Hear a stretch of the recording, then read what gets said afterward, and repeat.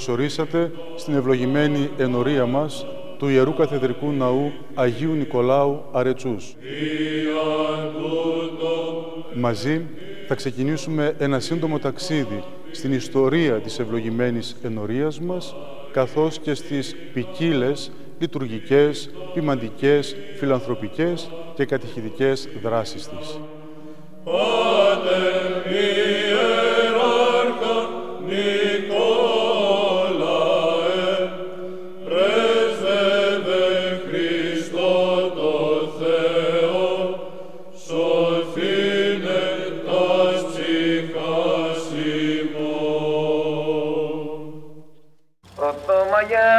Αγάπησα το Μάη,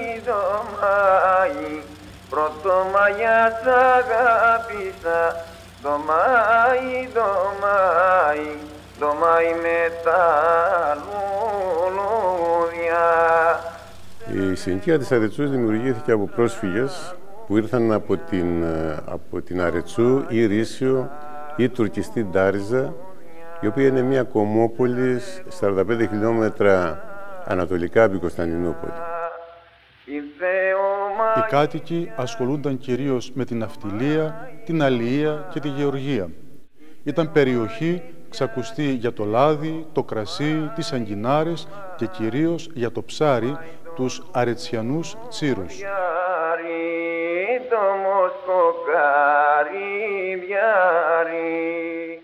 Το σχολείο είχε μεγάλη και σπουδαία βιβλιοθήκη.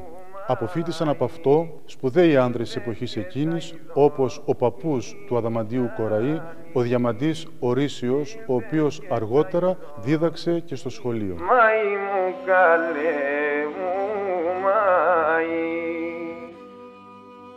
Η Αρετσού είχε 4 ενορίες. Την ενορία του Αγίου Νικολάου, του Αγίου Νικήτα, της Κοιμήσεως της Θεοτόκου και της Αναλήψεως του Κυρίου. Το 22 αυτοί οι άνθρωποι, 7.000 κάτοικοι της, σκορπίσανε σε όλα τα μέρη της οικουμένης. 350 οικογένειες έφτασαν εδώ στη Θεσσαλονίκη. Οι άλλοι αποβιβάστηκαν στον Πειραιά, στο Λαύριο, στη Γαλλία, κυρίως στη Μασσαλία, και ένας μεγάλος αριθμός πήγε στην Αμερική. Οι πρώτοι πρόσφυγες που ήταν στη Θεσσαλονίκη έμειναν περίπου 1,5 με 2 χρόνια σε πολύ πρόχειρα παραπήγματα που τα έφτιαξαν οι ίδιοι σε μια απατία που υπήρχε στη Θεσσαλονίκη στη συμβολή των οδών Μάρκου Μπότσαρη και Παραλίας. Ξεκίνησε η διαδικασία της αποκατάστασης, έκαναν επιτροπές, διάλεξαν το χώρο, διότι δεν υπήρχε τίποτε εδώ στην Καλαμαριά και ήταν οι πρώτοι που ήρθαν και μάλιστα πήρανε το σημείο αυτό που βρίσκεται η Αρετσού, αν προσέξτε, διότι είναι ένας φυσικό λιμάνι κατά κάποιο τρόπο που προστατεύει από τους επικρατούντες ανέμους της Θεσσαλονίκης, δηλαδή τους βορειάδες. Τα σπίτια τα έφτιαχνε ο επικισμός, η πολιτεία. Τις πρώτες όμως υποδομές που κάνανε οι ίδιοι ήταν οι 2 βασικές υποδομές, ήταν το σχολείο και η εκκλησία.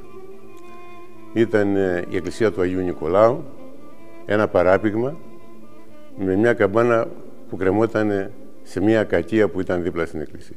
Οι πρώτοι πρόσφυγες με πλίνθους από λάσπη, άχυρο και νερό που έφερναν από την μοναδική βρύση που υπήρχε στην παραλία της περιοχής, έχτισαν τον ναό αφιερώνοντάς τον στον Άγιο Νικόλαο. Πρώτος εφημέριος του Ιερού Ναού ήταν ο πατήρ Νικόλαος Καζίκας, ο οποίος ακολούθησε και αυτός την πορεία των πρώτων προσφύγων από την Αρετσού της Μικράς Ασίας στην Αρετσού της Καλαμαριάς. Πολύ γρήγορα αυτοί οι άνθρωποι έλυσαν το πρόβλημα της επαγγελματικής αποκατάστασης με τη θάλασσα. Η θάλασσα ήταν θείο δώρο και δεν είναι τυχαίο ότι εορτάζεται εδώ ο Άγιος Νικόλαος. Όταν ήρθε εδώ ο Βενιζέλος, τους είπε ότι εσείς δεν έχετε χωράφια, αλλά χωράφια δικά σας είναι η θάλασσα, από αυτήν θα ζήσετε. Και πράγματι, μεγάλος αριθμός κατοίκων ασχολήθηκε με την αλληλεία, η οποία ήταν πολύ πλούσια εκείνη την εποχή, και ένας μεγάλος άλλος αριθμός ασχολήθηκε με το εμπόριο διαθαλάσσης, δεν υπήρχαν τότε ούτε επικοινωνίες ούτε αυτά. Αφού άρχισαν να στείνονται στα πόδια τους, άρχισε η επιθυμία αυτή η παράγκα, η εκκλησία, να γίνει ναός κανονικός. Πράγματι, με δωρεές, με προσφορές των κατοίκων, στήσανε μια εκκλησία με υποτυπώδη υλικά, μικρή, σε βασιλικό ρυθμό, δεν μπορούσε να γίνει τίποτα άλλο.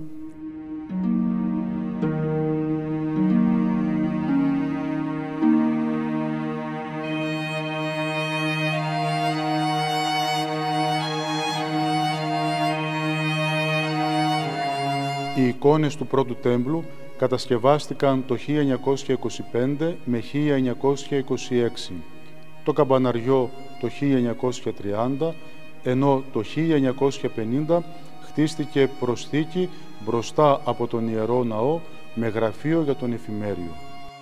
Το 1934 τοποθετήθηκε εφημέριος του Ιερού Ναού ο Αρχιμανδρίτης Εμιλιανός Σωτηρίου μέχρι και το 1964.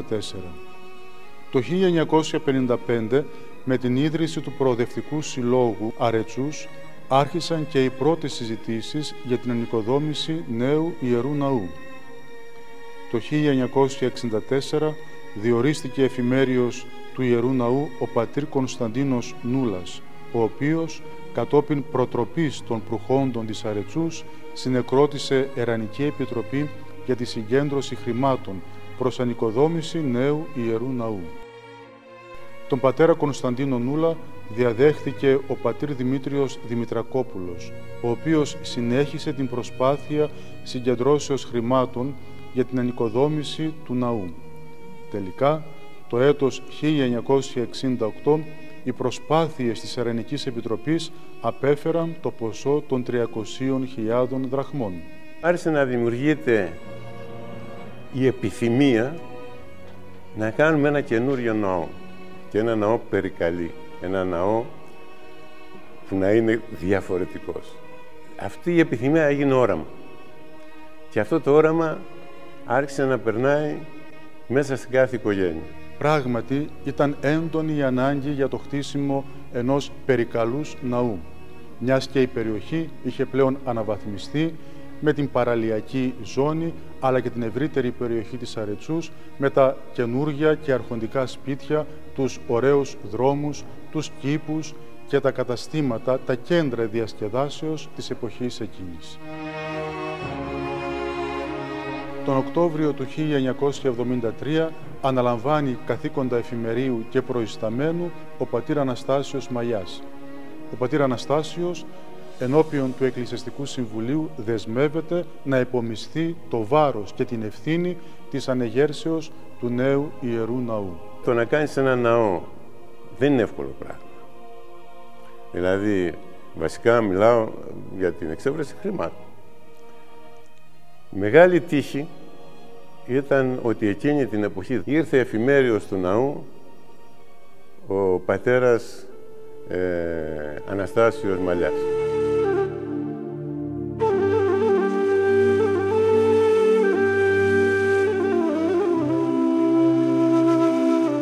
Ένας δραστηριότατος κληρικός της Ιεράς Μητροπόλεως Νέας Κρήτης και Καλαμαριάς και ένας καλός ποιμένας της ενορίας του Αγίου Νικολάου. Προσωπικά δεν τον γνώρισα, αλλά έχω ακούσει πάρα πολλά για την δραστηριότητά του και την ικανότητά του αυτά τα οποία συνελάμβανε στο νου του να τα υλοποιούσε. Ήταν ένας άνθρωπος ο οποίος αγκάλιασε την ενορία του, αγκάλιασε όλους, και αυτούς που ήταν κοντά στην Εκκλησία και αυτούς που ήταν λίγο πιο μακριά από την Εκκλησία. Θα σας πω μια προσωπική εμπειρία. Πρώτος ξάδελφός μου, σε νεαρή ηλικία, συνομήλικος μου, ήταν αρρωσταίνει βαριά. Μετά από ταλαιπωρία δεν έδινε οι γιατροί καμία ελπίδα. Η γυναίκα του εξέφρασε την επιθυμία ότι ήθελε να τον κοινωνήσει και βρισκόταν στη κλινική της Θεσσαλονίκης. Καταλαβαίνετε ότι ήταν ένα σοκ για την οικογένειά μας, ένας τόσο νέο άνθρωπος, έφευγε από τη ζωή και πώς να του το πεις, διότι είχε σώα στα φρένας. Και ενώ κάνουμε οικογενειακό συμβούλιο, πώς θα το πούμε, πώς θα το κάνουμε, ο Παπαναστάσης, χωρίς να το πει κανένας, πήγε στην κλινική και τον κοινώνησε. Δηλαδή, αυτό μόνο που σας λέω, αυτή η προσωπική εμπειρία, λέει πολλά πράγματα.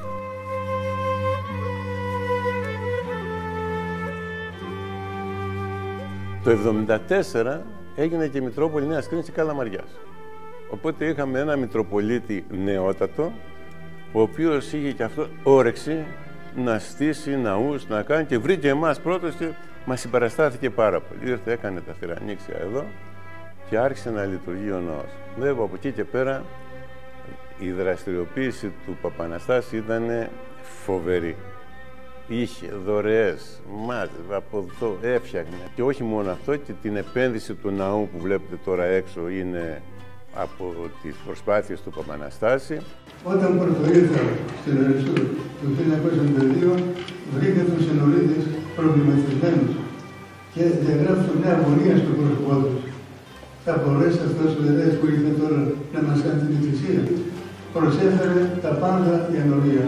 Σε αυτούς βασιζόμουν και προχωρούσα. Στο ένα μέρος, στο πλευρό, είχα τον Άγιο Νικόλο και στο δεύτερο του Συνεδρικό του Μητροπολίτη μας. Τον Οκτώβριο του 1975, ο μακαριστός Μητροπολίτης κ. Προκόπιος θέτει τον θεμέλιο λίθο του νέου Ιερού Ναού. Ένα χρόνο μετά ολοκληρώνεται ο υπόγειος χώρος του ναού και εκεί καλύπτονται οι πρώτες λειτουργικές και λατρευτικές ανάγκες της ενορίας μας. Οπότε έρχεται ο σεισμός του 1978. Σύμπτωση, τύχη. Βρίσκομαι εγώ στην υπηρεσία αποκατάστασης σεισμοπλήκτου Βορείου Ελλάδος. Οι νόμοι και οι αποφάσεις υπουργικές πώς θα γίνει η αποκατάσταση, η μία διαδέχονται την άλλη.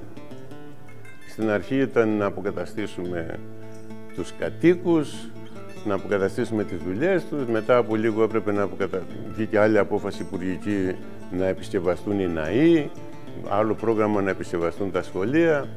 Βέβαια όλα ήταν σε ένα επίπεδο να φτιαχτεί αυτό που καταστράφηκε. Αυτό άρχισε να ισχύει και για τις υποδομές. Δηλαδή, βγήκε μια απόφαση και λένε θα επισκευάσουμε, αναλαμβάνει το κράτος να επισκευάσει τους ναούς, ή εάν τυχόν κάποιος ναός είναι κατεδαφιστέος, το κράτος θα κάνει ένα ναό ίδιο περίπου στην επιφάνεια με αυτόν που καταστρέφει. Πραγματικά έρχομαστε σε μια επιτροπή και κρίνουμε ότι ο ναός είναι κατεδαφιστέος, δηλαδή έχει ζημιές, αλλά είναι ασύμφορη η επισκευή. Πείθουμε το Υπουργείο ότι η Αρεσού είναι μια υποανάπτυξη περιοχή και δεν είναι δυνατόν να καλυφθούν οι ανάγκες της με ένα ναό ίδιας επιφάνειας, ο οποίος υπήρχε από το 1926.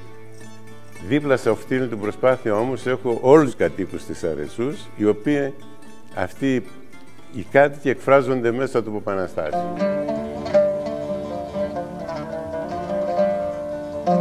Πήραμε τα αρχιτεκτονικά σχέδια, έφτιαξα εγώ τη στατική μελέτη, ετοιμάστηκε όλο το project, δημοπρατήθηκε το έργο και γρήγορα τελείωσε το υπόγειο και μεταφέρθηκε, άρχισε να λειτουργεί ο ναός. Ταυτόχρονα όμως δεν ησυχάσα. Ο Παπαναστάσης βρισκόταν στο Υπουργείο πριν από μένα. Στον Υπουργό, στον Υφυπουργό, στον Α, στο Β.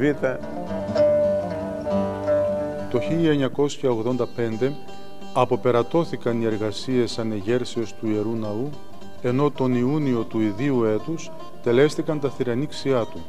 Τελικά, στις 20 Οκτωβρίου 1985, ο Μητροπολίτης Προκόπιος τέλεσε τα εγγένεια του Ιερού Ναού, παρουσία επισήμων και πλήθους χριστιανών.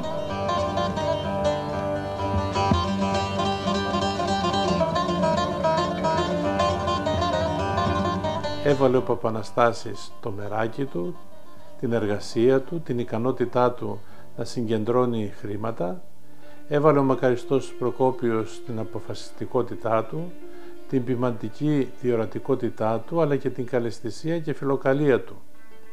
Και σήμερα έχουμε τον Ιερό Καθεδρικό Ναό του Αγίου Νικολάου. Θυμάμαι, σε αυτό το γιαπί έγιναν τα θυρανίξια. Δεν είχε ούτε εικόνες, τίποτε. Ήταν ένας τείχος με σουβάδες. Αλλά η χαρά ήταν απερίγραπτη.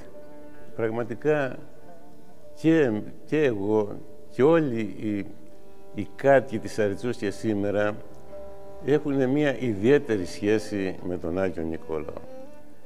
Και σαν εκκλησία και σαν Άγιο, διότι σε όλες τις δύσκολες στιγμές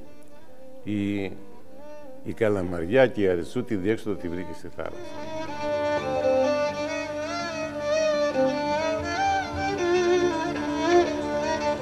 Οι πρώτοι πρόσφυγες έφεραν μαζί τους ήθη και έθιμα της περιοχής τους. Χαρακτηριστικό έθιμο ήταν η κατάδυση του Σταυρού ανήμερα των Θεοφανίων, ανήμερα των Φώτων. Επειδή ήταν οι περισσότεροι ψαράδες, θεώρησαν και κατάφεραν να κάνουν αυτή την ημέρα του αγιασμού των νερών, του αγιασμού των υδάτων, δηλαδή την ημέρα των Θεοφανίων, των Φώτων, την αγιότερη ημέρα για μας όλους τους Αρετσιανούς, την αγιότερη μέρα του χρόνου. Εν Ιορδάνη βαπτιζομένους σου, Κύριε. Ο Άγιος Νικόλαος είναι συνδεδεμένος στη μνήμη μου. Μου δημιουργεί μάλλον ένα παλίμψιστο μνήμης, κυρίως η μέρα των Φώτων. Όλη αυτή η προετοιμασία, το να ξυπνήσουμε νωρίς, η προσταγή του ότι ούτε νερό δεν θα πιούμε πριν τον αγιασμό, τα καθαρά καινούργια ρούχα που ήταν αγορασμένα ειδικά για αυτή την ημέρα. Ήταν η μέρα της Αρετσούς, τα φώτα της Αρετσούς, το εν Ιορδάνη βαπτιζομένος σου Κύριε, τα αγήματα, τα στρατιωτικά και οι μπάντες, κρεμασμένοι εκατοντάδες άνθρωποι στα πρανή της Αρετσούς για να παρακολουθήσουν τον Σταυρό, τα αγόρια που έπεφταν από τις σκάλες της Αρετσούς, του Κουριού, της Κρίνης, τα παγωμένα νερά του Θερμαϊκού. Μία ημέρα ζωντάνιας, ζωηράδας, χαράς και κυρίως μία μέρα που μας έκανε να αισθανόμαστε πραγματικά κοινότητα, εκκλησία.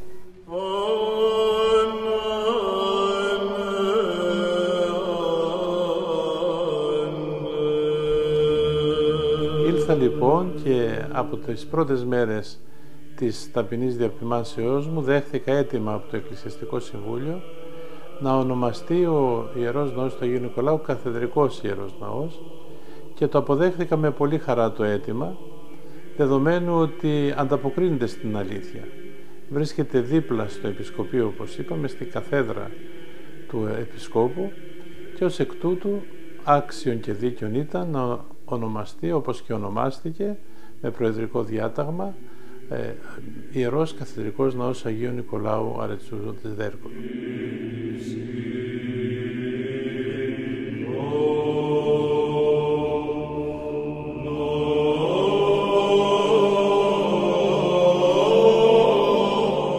Θέλω όμως να επισημάνω και την παρουσία και τη διακονία όλων αυτών των ιερέων από τις ιδρύσεις της ενορίας μέχρι και σήμερα που διεικόνησαν την ενορία του Αγίου Νικολάου και στους οποίους οφείλουμε πολλά και τους ευγνωμονούμε και τους εκφράζουμε και δημόσια την ευαρέσκεια της τοπικής εκκλησίας και την ευγνωμοσύνη μας.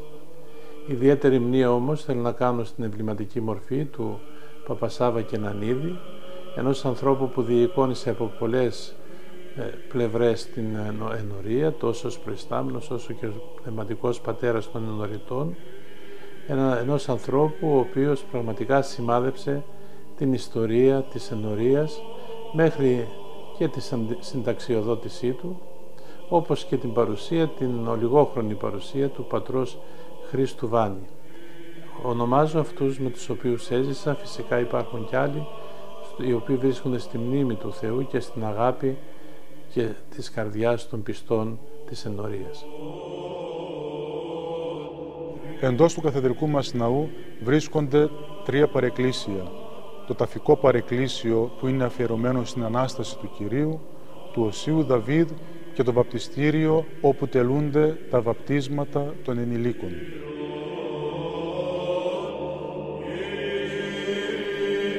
Στη βόρεια κάτω πλευρά του καθεδρικού μας ναού βρίσκεται το ταφικό παρεκκλήσιο αφιερωμένο από το Σεβασμιότο Μητροπολίτη μας στην Ανάσταση του Κυρίου. Στα σπλάχνα του βρίσκονται ταφιεσμένοι ο μακαριστός Μητροπολίτης Νέας Κρίνης και Καλαμαριάς Κυρός Προκόπιος και ο πατήρ Αναστάσιος Μαλιάς ως κτήτορες του καθεδρικού μας ναού. Και τούτον στερέωσον μέχρι της συντελείας του αιώνος.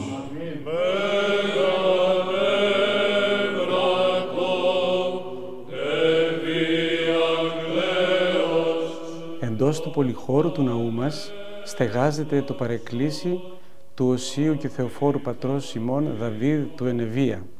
Τα θηριανήξιά του τα ετέλεσαν ο σεπτός πλημενάρχης μας Κύριος Ιουστίνος και ο Σεβασμιότατος Μητροπολίτης Χαλκίδος Κύριος Χρυσόστομος.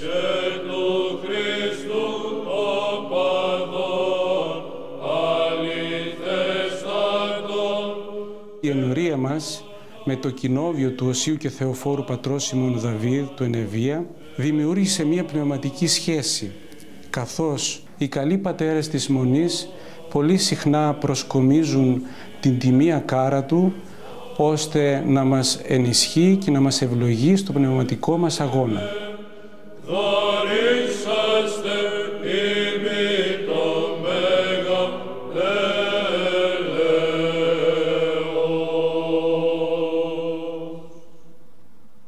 Εκεί όπου βρισκόταν το ιερό βήμα του νεοδμήτου ναού, από το έτος 1992, η ενορία μας κατέχει την εξαιρετική ευλογία να διαθέτει βαπτιστήριο ενηλίκων. Πρόκειται για χώρο όπου τελούνται βαπτίσεις αδελφών μας, οι οποίοι είναι ετερόδοξοι, όπως Ρωμαιοκαθολικοί ή Προτεστάντες, ή αλόπιστοι, όπως Μουσουλμάνοι και Ινδουιστές. Μέσω του Ιερού Μυστηρίου του Βαπτίσματος πραγματοποιείται η πνευματική αναγέννηση και είσοδος στην Εκκλησία των αδελφών μας, που δεν είχαν το μεγάλο δώρο να γεννηθούν Ορθόδοξοι ή δεν έζησαν σε Ορθόδοξη οικογένεια και περιβάλλον. Το βαπτιστήριο ενηλίκων είναι το μοναδικό στις ενορίες της πόλεως Καλαμαριάς. Λίγο πιο πάνω από τον καθεδρικό μας ναό βρίσκεται το παρεκκλήσιο του Τιμίου και Ζωοποιού Σταυρού. Στεγάζεται στον άβλιο χώρο του παλαιού ορφανοτροφείου ο Αριστοτέλης και αποτελεί έργο των ορφανών παιδιών και τροφίμων του Ιδρύματος ο Αριστοτέλης. Ιδιαίτερη ευλογία για την ενορία μας αποτελεί η λειψανοθήκη, η οποία περιέχει μέσα τίμιο ξύλο, λίθο από τον Γολγοθά του Κυρίου και λίθο μέσα από τον τάφο του Κυρίου μας. Το έτος 2016 αποτελεί ορόσημο για την ευλογημένη ενορία μας. Αυτό συμβαίνει διότι κατόπιν ευλογίας του Θεοτοκοφύλου Ποιμενάρχου μας Κυρίου Ιουστίνου, με ξεχωριστή πνευματική χαρά, ο καθεδρικός μας ναός ενθρονίζει και κρατάει στο δινεκές πιστό αντίγραφο της εικόνος της Παναγίας Γοργοϊππικόου. Το Ιερό Θησάβρισμα κομίστηκε εκ της Ιεράς Μονής Δοχιαρίου Αγίου Όρους. Δημιουργήθηκε στο Αγιογραφείο της Μονής με προσευχή και νηστεία.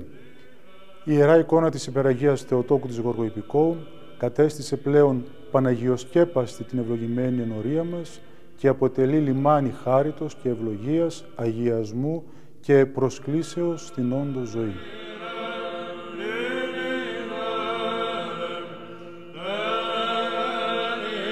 Ομιλός ενορίτης του Ιερού Καθεδρικού Ναού του Αγίου Νικολάου Αρετσούς Δέρκων.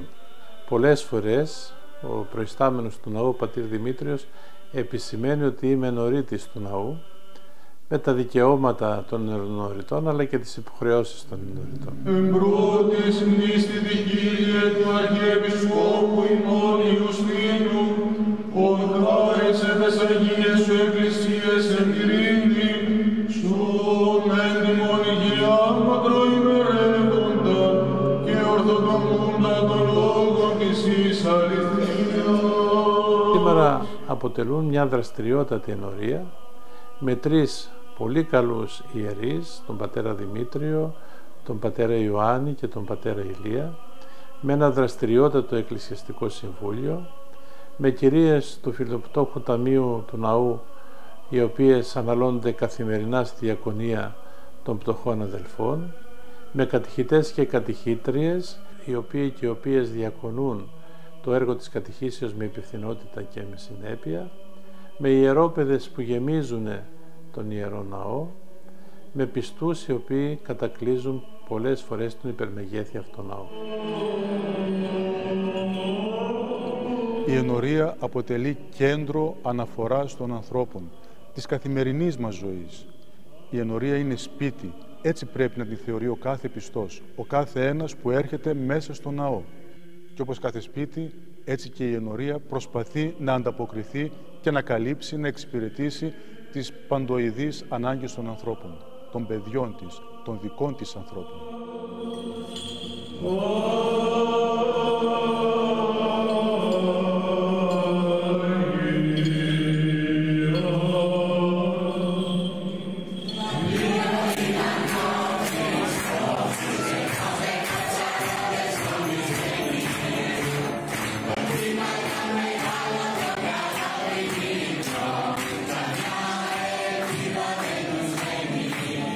Για το μέλλον κάθε ενορίας είναι πολύ σημαντικό να μπορεί να επικεντρωθεί στην κατήχηση των νέων.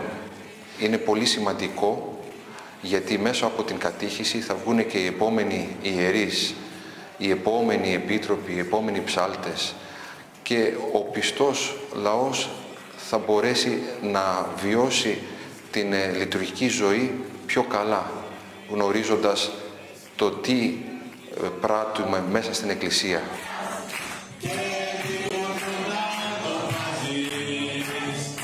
Και με καταξιωμένους κατηχητές και κατηχήτριες προσπαθούμε να δώσουμε στους νέους να καταλάβουν ότι η ενορία είναι το κέντρο της ζωής του πιστού. Εδώ μπορούμε και να χαρούμε τις κατασκευές και να χαρούμε και το χορό και το τραγούδι και το θέατρο.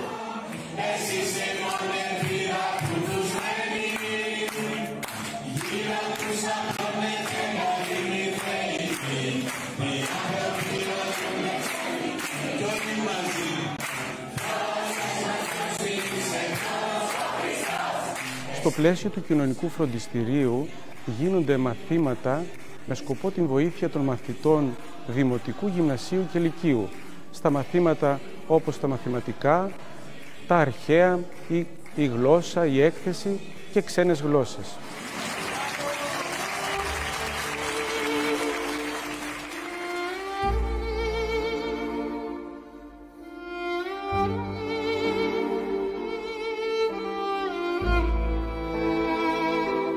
Είναι λυπηρό στις μέρες μας που υπάρχουν συνάνθρωποι μας οι οποίοι αδυνατούν να ανταπεξέλθουν στην καθημερινότητα και στις ανάγκες της σύγχρονης ζωής. Το ενοριακό φιλόπτωχο ταμείο της ενορίας μας, προκειμένου να συνδράμει και να ανακουφίσει αυτούς τους συνανθρώπους μας, επιτελεί αθόρυβα πολυσχηδές έργο, εφαρμόζοντας πιστά την προτροπή του Κυρίου μας που λέει «Έκαστος καθώς προαιρείται την καρδία, μη εκλείπεις ή εξ ανάγκης, ηλαρών γάρ δότην αγαπά ο Θεός». Αυτή η προτροπή αποτελεί για το ενοριακό φιλόπτωχο ταμείο την προμετωπίδα στην άσκηση της φιλανθρωπίας υπέρ των πασχόντων συνανθρώπων της ευλογημένης ενορίας μας.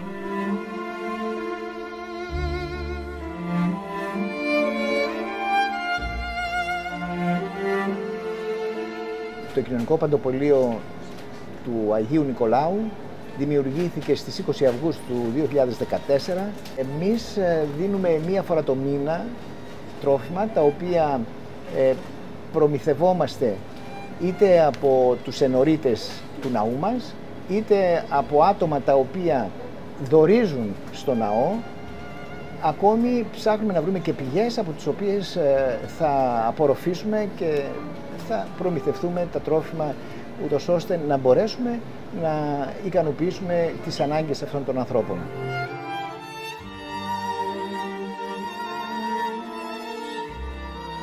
Τα τρόφιμά μας είναι ό,τι χρειάζεται ένα νοικοκυριό, ρύζι, αλεύρι, ζάχαρη, γάλατα, κρέας, κοτόπουλο, κιμά, λάδι, τυροκομικά προϊόντα, ψωμί βέβαια που είναι απαραίτητο, και ευχαριστούμε όλους τους ανθρώπους που βοηθούν το ναό μας και το κελάρι μας για το σκοπό αυτό.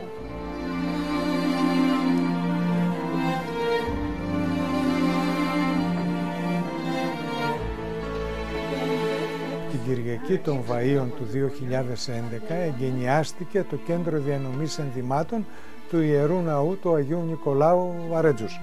Είναι ιδιόκτητος χώρος απέναντι από τον Ιερό Ναό. Στο κέντρο διακονούν 15 με 20 εθελοντές και διανέμουν τα ρούχα στους ενορίτες μας που έχουν ανάγκη.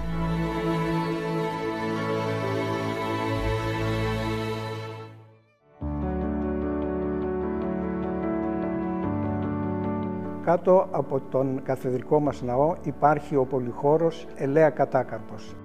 Εγκαινιάστηκε τον Ιούνιο του 2017 από τον Σεβασμιότατο Μητροπολίτη μας κύριο Ιουστίνο. Ο χώρος διατίθεται για τις κατηχητικές συνάξεις των νέων, υπάρχει δανειστική βιβλιοθήκη, βοηθητική χώρη και διατίθεται για τις ανάγκες του ναού, της Μητροπόλεως και των πιστών της ενορίας μας.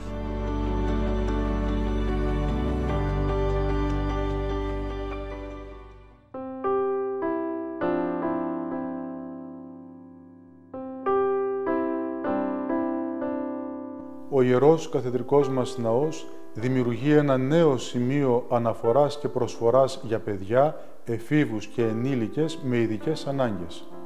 Προετοιμάζει τη λειτουργία Κέντρου Δημιουργικής Απασχόλησης Παιδιών με ειδικές ανάγκες, γνωστού ως ΓΔΑΠ.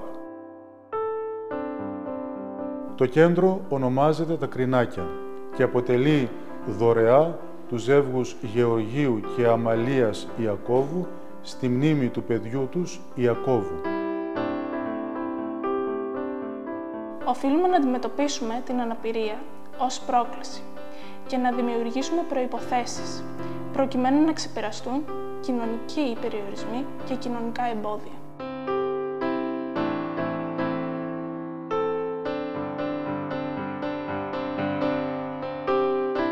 Απότερος στόχος, τα άτομα με αναπηρίες να έχουν τον απόλυτο έλεγχο της ζωής τους, καθώς και τον πρωταρχικό ρόλο στη λήψη αποφάσεων που τους αφορούν και ισότιμη πρόσβαση σε όλα τα αγαθά.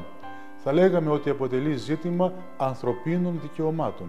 Πρόκειται για μια ανοιχτή αγκαλιά για όλα τα παιδιά, τους έφηβους και τους ενήλικες με ειδικές ανάγκες ή με ελαφριάς μορφής κινητικά ή αισθητηριακά προβλήματα.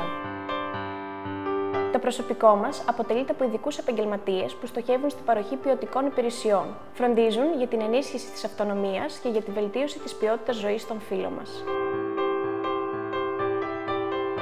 Το ΓΔΑΠ είναι κατάλληλα εξοπλισμένο με σκοπό οι ωφελούμενοι να λάβουν υψηλής ποιότητος δημιουργική απασχόληση με την εφαρμογή σύγχρονων πρακτικών και οργανωμένων ομαδικών και εξατομικευμένων δραστηριοτήτων και την υποστήριξη της σωματικής, νοητικής, συναισθηματικής και κοινωνικής ανάπτυξής τους και γενικώς να αξιοποιήσουν πλήρως κάθε δυνατότητά τους.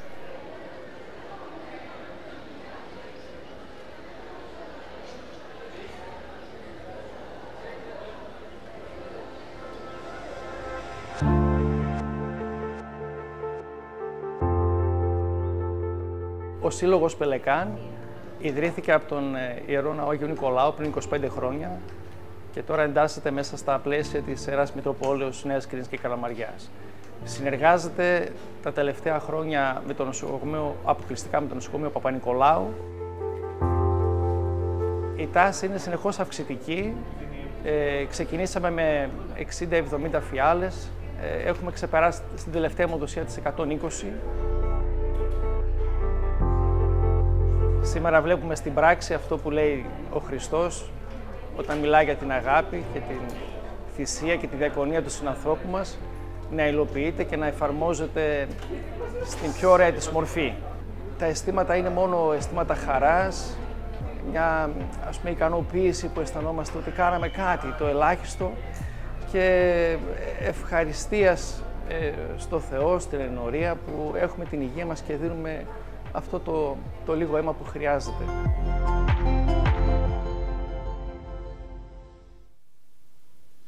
Κανόνα πίστεως και εικόνα πραότητος.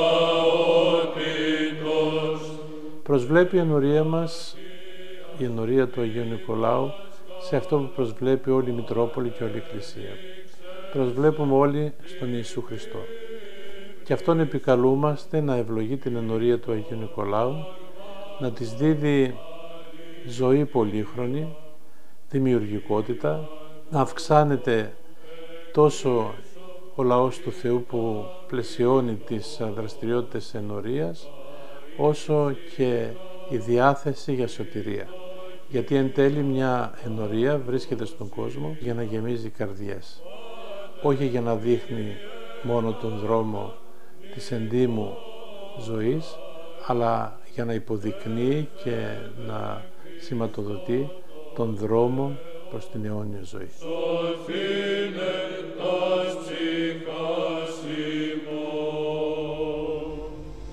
Στο σημείο αυτό ολοκληρώθηκε η παρουσίαση της ιστορίας της ευλογημένης ενορίας μας, αλλά και των δράσεών της.